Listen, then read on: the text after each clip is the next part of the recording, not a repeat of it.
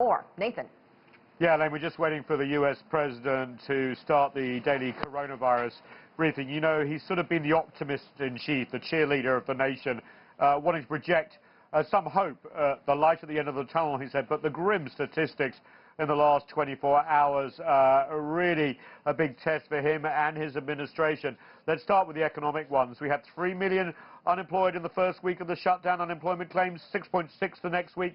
And then in the third week, a similar number. Nearly between 16 and 17 million Americans have filed for unemployment. We had the Federal Reserve in the last few hours come out and say it's going to give $2.3 trillion worth of loans to middle-sized businesses. It's to be the lender of last resort to companies that can't find credit. May even reach out into individuals. That's on top of the $2.2 trillion stimulus that passed just about 10 days ago. Quite incredible numbers that we are seeing. However, Jerome Powell, the head of the Federal Reserve, essentially saying, look, if we can get through this, the economic bounce back may be vigorous as well. Let's take a listen.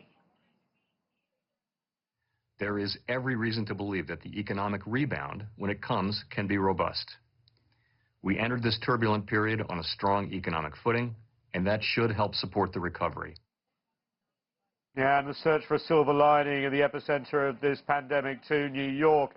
799 deaths were announced in the last 24 hours, a new high number, up from about 760-something the day before. Quite incredible numbers of New Yorkers dying in New York State. But Andrew Cuomo, the state's governor, saying hospitalizations are down quite significantly, as is the number of New Yorkers going into intensive care units, but still flattening the curve, social distancing, all key. Let's take a listen.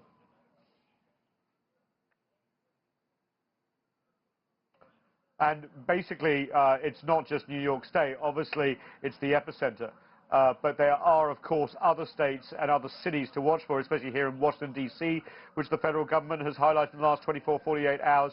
The state of Maryland, Virginia, next door, the city of Baltimore, and in Pennsylvania, Pittsburgh and Philadelphia as well.